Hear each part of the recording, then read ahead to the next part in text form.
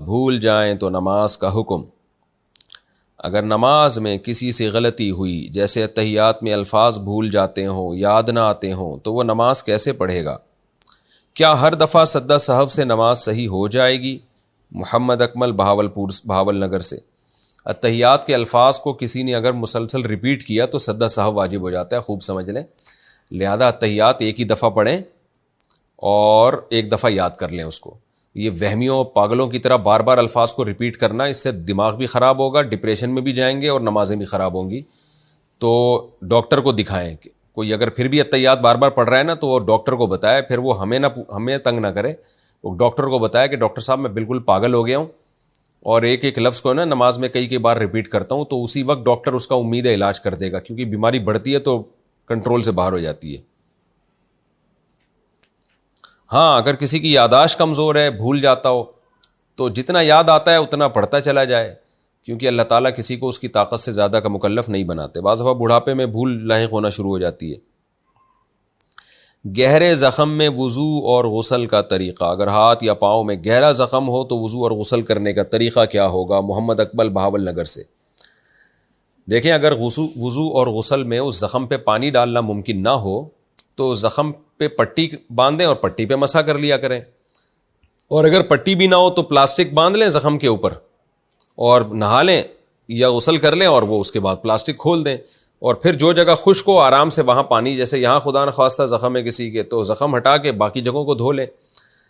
باقی، اور جو جگہ دھونا ممکن نہ ہو، آپ کو خیال ہے کہ اگر وہ جگہ دھوئی تو زخم تک پانی پہنچ جائے گا، تو اس جگہ صرف گیلے ہاتھ سے مسح کر لیں، اور زخم کے اوپر اگر مسح کرنے سے بھی نقصان ہوتا ہو تو وہ چھوڑ دیں جگہ، وضو ہو جائے گا، غسل بھی ہو جائے گا انشاءاللہ۔ بالغ لڑکیوں کا کالج یونیورسٹی ٹرپ میں جانا، کچھ کالجز اور یونیورسٹیز شمالی علاقہ جات میں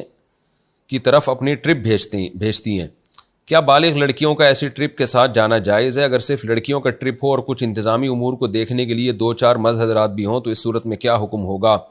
رضوان احمد اوکاڑا سے۔ نبی صلی اللہ علیہ وسلم نے عورت کے لیے بغیر محرم کے سفر کو ناجائز قرار دیا ہے۔ آپ صلی اللہ علیہ وسلم نے فرمایا، جس کا بھی اللہ اور آخرت پر ایمان ہے وہ اپنے محرم کے بغیر سفر نہ کرے۔ تو شدید ضرورت کا سفر جس میں محرم کا انتظام نہ ہو، اس کی تو اس زمانے میں گنجائش دی جاتی ہے، لیکن یہ نہ شدید نوعیت کا سفر ہے اور اس میں فتنوں کا اندیشہ بہت زیادہ ہوتا ہے، تو اس لیے اس کو میں جائز نہیں سمجھتا، کیونکہ نبی صلی اللہ علیہ وسلم نے جو حدیث ہے، صحیح حدیث ہے، بغیر محرم کے عورت کے لیے سفر حرام ہے۔ ہاں، پھر میں بار بار کہوں کہ ضرورت اگر ہو اور محرم کا انتظام مشکل ہو تو اور فتنے کا اندیشہ بھی نہ ہو تو اس کی گنجائش بہرحال دی جا سکتی ہے۔ جیسے آج کل جہاز میں سفر ہوتا ہے، کسی نے یہاں سے لاہور جانا ہے اور لاہور میں بھی وہاں اس کے کوئی محرم موجود ہے، تو اس میں بھی احتیاط کا تقاضا تو یہی ہے کہ یہاں سے محرم ہی کے ساتھ جائے، لیکن بعض دفعہ ایسی ایمرجنسی ہوتی ہے تو بعض علماء اس کی گنجائش دیتے ہیں کہ اگر فتنے کا اندیشہ نہیں، عورت پردے میں بھی ہے اور یہ سب جو شریعت کے دیگر احکام کو فالو کر رہی ہے اور ضرورت بھی ہو تو پھر گنجائش ہو سکتی ہے۔ لیکن کالج کے ٹرپ پہ جانے کی اور اتنی لڑکیوں کے ساتھ ایک طوفان بدتمیزی والا ماحول بنا ہوتا ہے، تو اس میں اس کی ضرورت بھی نہیں ہے، تو اس لیے اور اس میں فتنہ بھی بہت زیادہ ہے۔ بعض لوگ کہتے ہیں ہمیں تو کچھ نہیں ہوا تھا، ہماری تو بہن بھی گئی تھی اور گھوم پھر کر آ گئی۔ دیکھیں، فتنے کا مطلب یہ نہیں ہوتا کہ فتنے کا یقین ہو، شریعت کے جو حکم کا مدار ہے وہ فتنے کے خوف پر ہے، فتنے کے یقین پر نہیں ہے۔ خوف کا مطلب ہے، اس کی مثال ایسے جیسے کچھ لوگ چرس بانٹ رہے ہوں، آپ اپنے بچے کو وہاں بیٹھنے سے روکو گے۔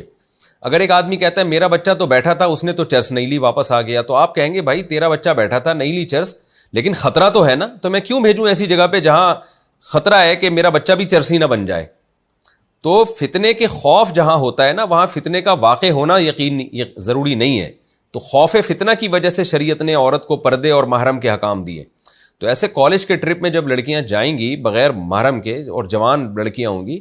تو میں نہیں کہہ رہا کہ لازمی فتنہ ہوگا، فتنے کا خطرہ ہوتا ہے، تو شریعت نے جہاں بھی فتنے کا خطرہ ہو وہاں عورت کے لیے بغیر محرم کے سفر کو حرام قرار دیا۔ اس میں بخاری مسلم کی صحیح حدیث موجود ہے۔